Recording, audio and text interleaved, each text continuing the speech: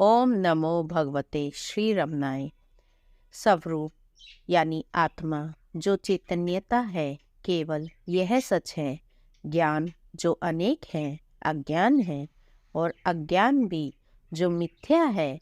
स्वरूप आत्मा के कारण ही अस्तित्वमान है। स्वयं से अलग अनेक जेवरात की आकृति मिथ्या है, केवल स्वयं वास्तविक है।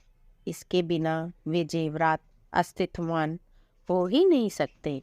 महर्षि कहते हैं, गत सूत्र का और अधिक विस्तार वर्तमान श्लोक में है। यह पद न केवल स्वरूप की व्याख्या एवं प्रकृति बताता है, बल्कि उसका संसार से पारस्परिक संबंध का भी सूक्ष्म विश्लेषण करता है।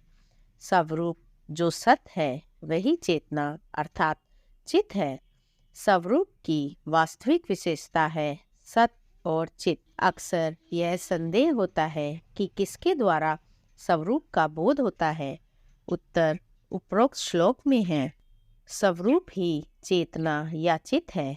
उसे चैतन्यता किसी बाह्य घटक शरीर, मन, बुद्धि अथवा संसार से उधार नहीं लेनी पड़ती, बल्कि यह चेतना उनके स्वयं की है। इसलिए स्वरूप चेतना को शाश्वत चेतना कहा गया है। यह चेतना हर परिस्थिति, हर काल में अशून्य बनी रहती है। केवल स्वरूप ही एक चैतन्य वस्तु एवं वास्तविक तत्व या परम तत्व है। बाह्य जगत में जो चैतन्यता दिखाई पड़ती है तथा अनेक प्रकार के जो ज्ञान अनुभव में आते हैं, वे वस्तुतः अज्ञान हैं। सूत्र में आगे वर्णन है कि अज्ञान जो वास्तव में मिथ्या है, स्वरूप से अलग अस्तित्व में नहीं आ सकता। उपनिषद के श्लोक का अंश सर्वम खल्विदम ब्रह्म इसी सच की पुष्टि करता है। वस्तुतः दृश्यमान जगत का मूल आधार भी ब्रह्म है। ब्रह्म की चेतना पाकर ही हर वस्तु चैतन्य है। चेतना ही व्यक्ति एवं सृष्टि का मूल आधार है। संसार की कोई वस्तु वास्तविक नहीं है, किंतु उनके आधार में विद्यमान चेतना वास्तविक है।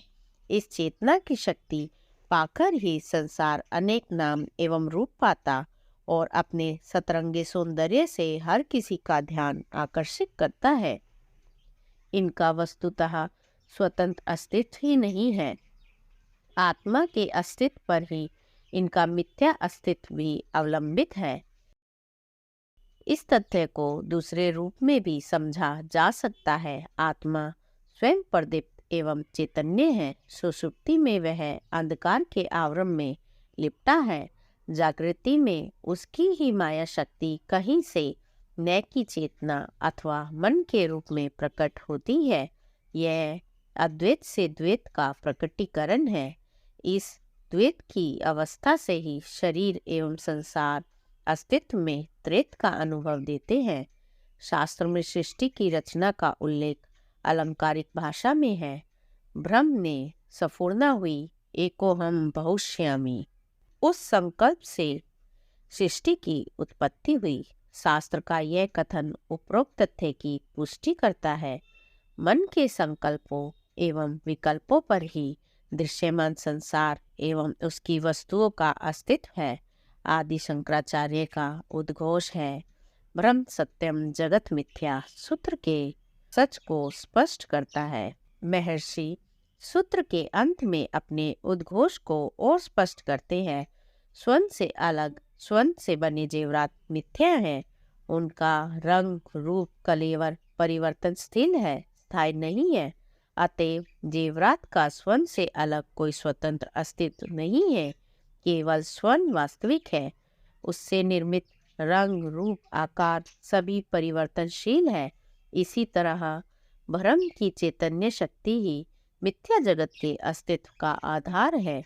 ऋषियों का कथन भी है कि सर्वत्र मात्र चेतना का ही वास्तविक अस्तित्व है, जो ब्रह्म है।